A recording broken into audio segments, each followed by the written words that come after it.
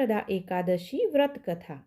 પાંડ્ય શિરોમણી શ્રી ધર્મરાજાએ એકવાર ભગવાન શ્રી કૃષ્ણને પ્રશ્ન કર્યો કે હે મનમોહન, પોષ માસની સુદમાં આવતી અગિયારસનું નામ શું છે અને તેનો વિધિ અને મહાત્મય તથા ફળ આપ મારા ઉપર અનુગ્રહ કરીને સમજાવો, તથા તે અગિયારસને દિવસે કયા દેવનું પૂજન કરવાનું હોય છે, તેમજ આ દિવસે આ વ્રત કોણે કર્યું હતું અને તે વ્રત કરીને શું ફળ મળે છે તે આપ મને કહો.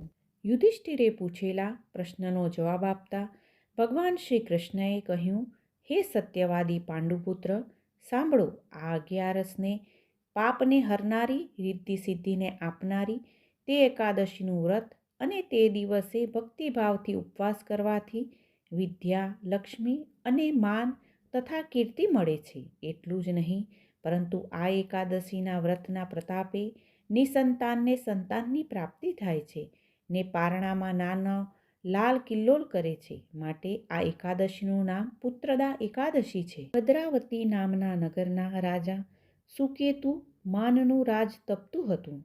ભગવાન નારાયણે તેને સંપૂર્ણ સંપત્તિવાન બનાવ્યો હતો. ઉપરાંત બધી વાતે તે સંપૂર્ણ સુખી હતો, પરંતુ કર્મયોગે તેને ઘેર સવા શેર માટીની ખોટ હતી અને આથી આટલી બધી સમૃદ્ધિ અને ઐશ્વર્ય હોવા છતાં રાજા અને રાણી દુઃખી હતા. પુત્ર મેળવવા માટે શું કરવું તેના વિચારોથી બંને અનેક પ્રયત્નો કરતા હતા, પરંતુ છેવટે નિરાશા જ મળતી હતી.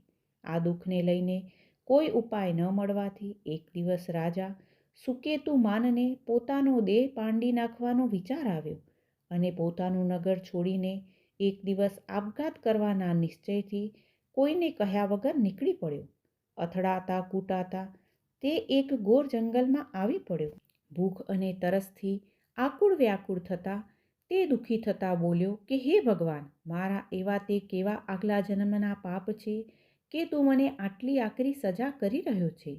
આમ પોતાને દોષ દેતો દેતો રાજા આગળ વધ્યો. એટલામાં આગળ જતા તેની નજરે એક સુંદર જળથી છલોછલ સરોવર પડ્યું અને એ સરોવરની બાજુમાં જ ઋષિઓના આશ્રમ જોવામાં આવ્યા. રાજાએ આશ્રમ જોયા અને તેને વિચાર આવ્યો કે લાવ આશ્રમમાં જાઉં, અને તે આશ્રમમાં આવ્યો. આશ્રમમાં એક ઋષિ પૂજા પાઠનો પૂજાપો તૈયાર કરતા હતા. રાજાએ ઋષિ પાસે જઈને દંડવત પ્રણામ કર્યા અને પછી તે બે હાથ જોડી નમન કરતો ઊભો રહ્યો. ઋષિએ તેની નમ્રતા જોઈને રાજાની ઓળખાણ પૂછી અને અહીંયા સુધી આવવાનું કારણ પૂછ્યું.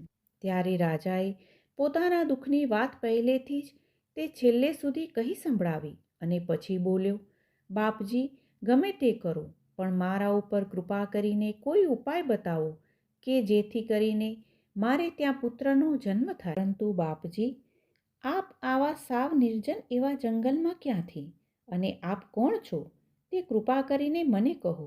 રાજાએ પૂછેલા પ્રશ્નના જવાબમાં ઋષિએ કહ્યું, રાજન, અમે વિશ્વદેવની આજ્ઞાથી અને તેમના સૂચનથી આજની પોષ સુદ એકાદશીની તિથિએ અહીંયા સ્નાન કરવા આવીએ છીએ અને આ એકાદશીનું શ્રદ્ધા અને ભક્તિથી વ્રત ઉપવાસથી મનની બધી મનોકામના પૂર્ણ થાય છે અને પુત્રની ઈચ્છાવાળાને પુત્રની પ્રાપ્તિ થાય છે. માટે તારે પુત્ર ઈચ્છા છે તો તું અગિયારસનું વ્રત અને ઉપવાસ ભગવાન નારાયણના ઉપર શ્રદ્ધા રાખીને વિધિપૂર્વક કર. પેલા ઋષિએ કહ્યું, જેથી ભગવાન નારાયણની જરૂર તારા ઉપર કૃપા થશે, માટે તું તારા નગરમાં જા. રાજા પોતાની નગરીમાં આવ્યો અને રાજમહેલમાં જઈ આનંદપૂર્વક રાણીને મહાત્માજીએ બતાવેલો ઉપાય કહી સંભળાવ્યો. પછી તો રાજા રાણીએ પુત્રદા એકાદશીનું વ્રત ઉપવાસ કરવાનો સંકલ્પ કર્યો. વિધિપૂર્વક શ્રદ્ધાથી વિશ્વાસથી રાજા રાણીએ એકાદશીનું વ્રત કર્યું ને થોડા સમય બાદ શ્રી ઠાકોરજીની કૃપાથી રાણીએ પૂરા દિવસે એક સુંદર મજાના પુત્રને જન્મ આપ્યો. રાજા રાણીના આનંદનો પાર ન રહ્યો. જય શ્રી કૃષ્ણ.